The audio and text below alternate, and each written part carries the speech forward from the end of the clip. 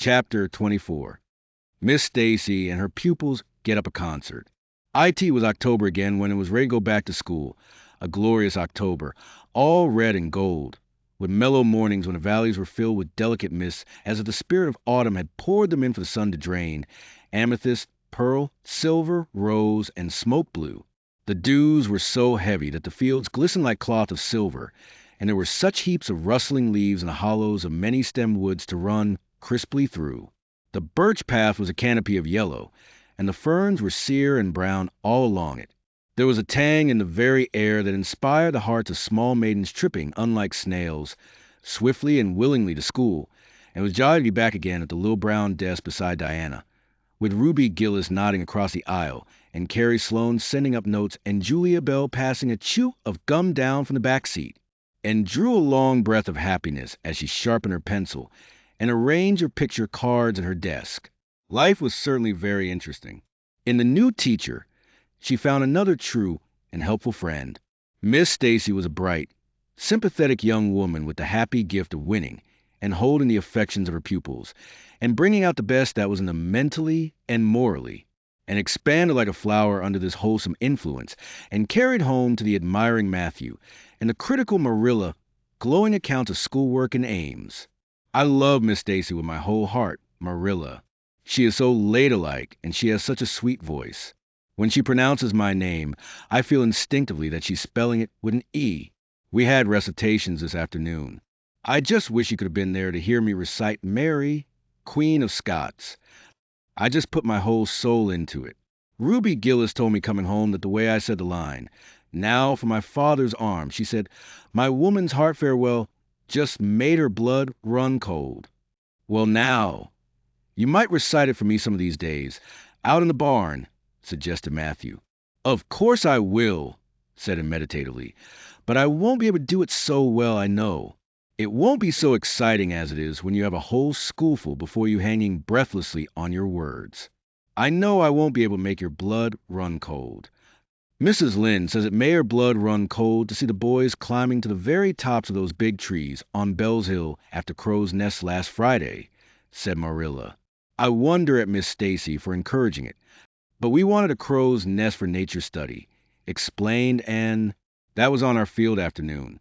Field afternoons are splendid, Marilla, and Miss Stacy explains everything so beautifully. We have to write compositions on our field afternoons, and I write the best ones. It's very vain of you to say so then. You'd better let your teacher say it. But she did say it, Marilla, and indeed I'm not vain about it. How can I be, when I'm such a dunce at geometry?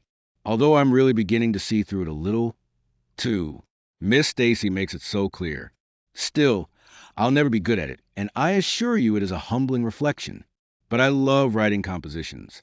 Mostly Miss Stacy lets us choose our own subjects, but next week we are to write a composition on some remarkable person. It's hard to choose among so many remarkable people who have lived. Mustn't it be splendid to be remarkable and have compositions written about you after you're dead? Oh, I would dearly love to be remarkable. I think when I grow up, I'll be a trained nurse and go with the Red Crosses to the field of battle as a messenger of mercy. That is, if I don't go out as a foreign missionary. That would be very romantic. But one would have to be very good to be a missionary, and that would be a stumbling block. We have physical culture exercises every day, too. They make you graceful and promote digestion. Promote fiddlesticks, said Marilla, who honestly thought it was all nonsense. But all the field afternoons and recitation Fridays and physical culture, contortions pale before a project, which Miss Stacy brought forward in November. This was that the scholars of Avonlea School should get up a concert and hold in the hall on Christmas night, for the laudable purpose of helping to pay for a schoolhouse flag. The pupils one and all taking graciously to this plan. The preparations for a program were begun at once.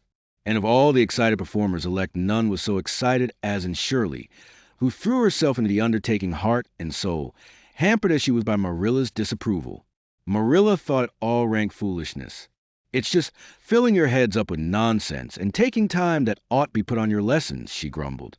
I don't approve of children's getting up concerts and racing about to practices.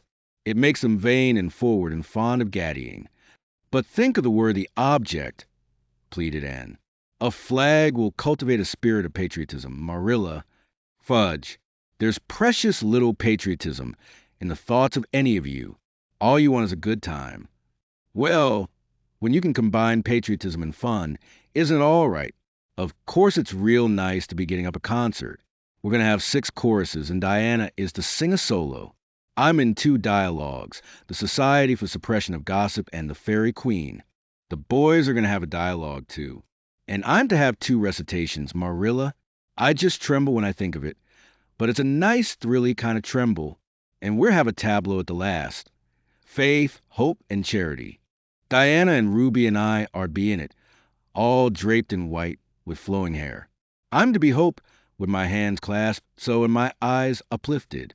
I'm going to practice my recitations in the garret. Don't be alarmed if you hear me groaning.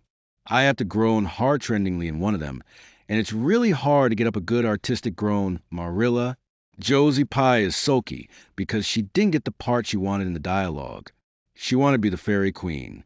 That would have been ridiculous, for who ever heard of a Fairy Queen as fat as Josie? Fairy Queens must be slender. Jane Andrews is to be the queen, and I am to be one of her maids of honor. Josie says she thinks a red-haired fairy is just as ridiculous as a fat one, but I do not let myself mind what Josie says. I'm to have a wreath of white roses on my hair, and Ruby Gillis is going to lend me her slippers, because I haven't any of my own. It's necessary for fairies to have slippers. You know, you couldn't imagine a fairy wearing boots, could you? Especially with copper toes? We're going to decorate the hall with creeping spruce and fir mottos with pink tissue paper roses in them.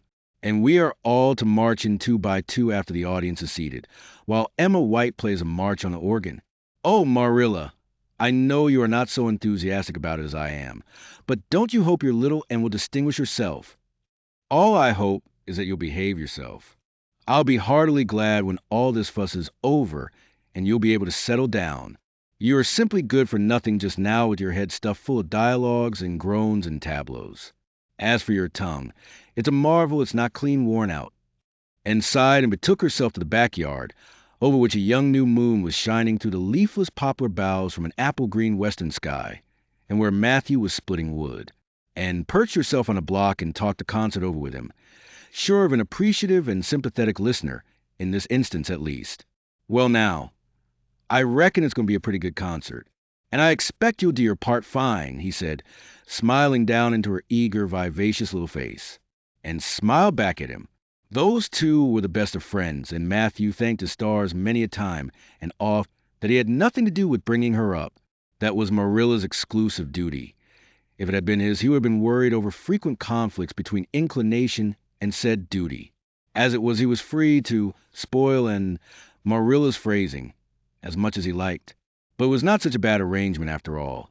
A little appreciation sometimes does quite as much good as all the conscientious bringing up in the world.